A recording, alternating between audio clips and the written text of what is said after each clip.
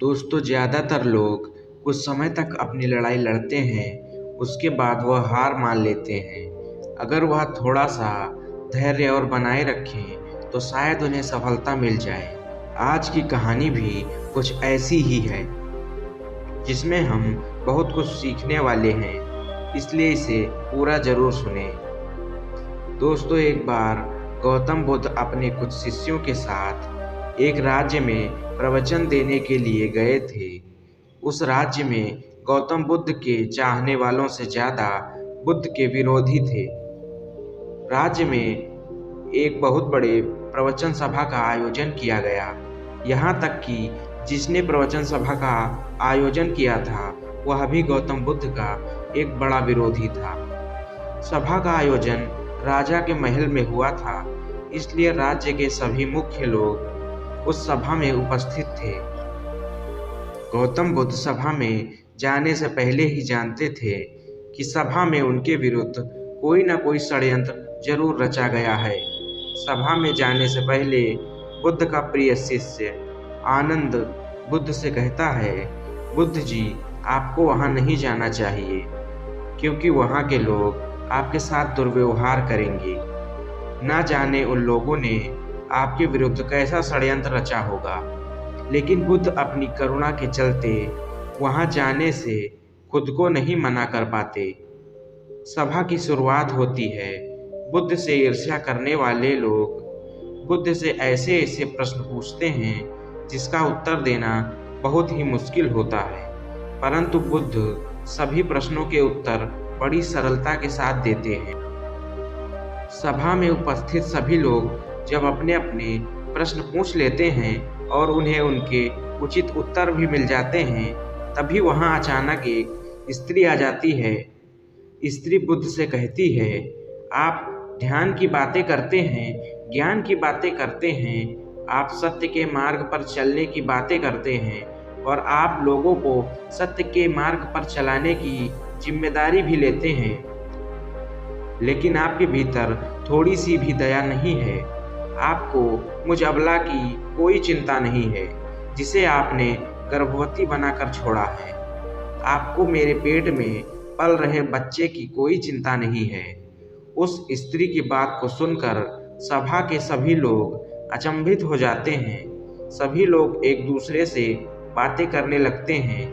तभी सभा का एक व्यक्ति खड़ा होता है और बुद्ध की तरफ इशारा करते हुए कहता है, स्त्री के सौंदर्य के सामने बड़े बड़े ज्ञानियों ने अपने घुटने टेक दिए, तो फिर यह बुद्ध क्या है।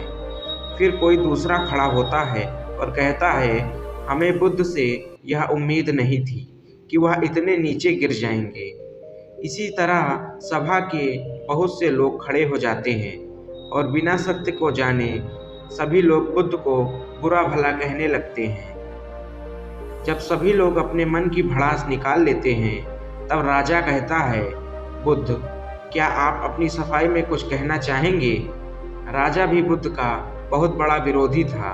वह चाहता था कि बुद्ध बदनाम हो जाएं। दोस्तों, यहाँ पर आपको एक जरूरी बात समझनी चाहिए कि सारी घटना का बुद्ध पर कोई असर नहीं हुआ।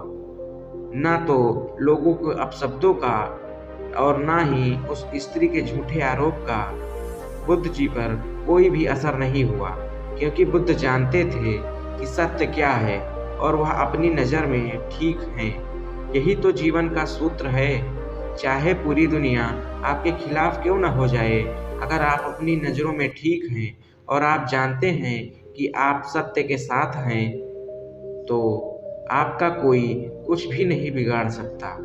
इसलिए उनके चेहरे पर तनिक भी बदलाव नहीं आया था। राजा फिर से बुद्ध से कहते हैं, बुद्ध, क्या आप अपनी सफाई में कुछ कहना नहीं चाहेंगे। बुद्ध स्त्री से कहते हैं, पुत्री, इस पूरे ब्रह्मांड में केवल दो ही लोग हैं जो इस सत्य को जानते हैं कि तुम सत्य कह रही हो या असत्य।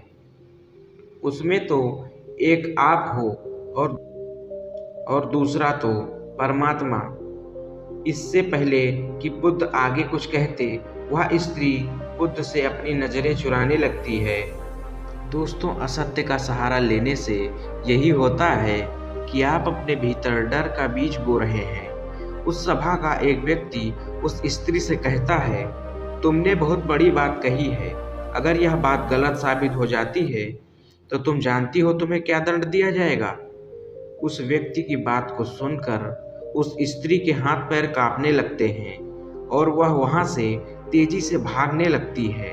तेजी से भागने के कारण उस स्त्री के पेट में जो गठरी बंधी हुई थी वह खुलकर जमीन पर गिर जाती है और सच सबके सामने आ जाता है। स्त्री ने गौतम बुद्ध को बदनाम करने के लिए अपने पेट में गठरी बांध रखी थी, जिससे लग रहा था कि वह सच में गर्भवती है। यह सत्य जब प्रवचन सभा के लोगों को पता चलता है तो सभी लोग लज्जित हो जाते हैं। राजा उसी समय उस स्त्री को जेल में बंद करने का आदेश देता है, परंतु बुद्ध के कहने पर उस स्त्री को क्षमा कर दिया जाता है। दोस्तों, एक बात हमेशा याद रखना कि सत्य के साथ धैर्य भी बनाए रखना और आपको अपनी ही नज़रों में सही होना आपको बड़ी समस्याओं से बचा सकता है। आपका कीमती समय देने के लिए तहे दिल से धन्यवाद। अगर आपको यह कहानी अच्छी लगी और इस कहानी से आपको कुछ भी सीखने को मिला है तो इस वीडियो को लाइक करना बिल्कुल ना भूलें और हमारे चैनल को सब्सक्राइब करके बेल आइकन को ज़रूर दबाएं। धन्यवाद।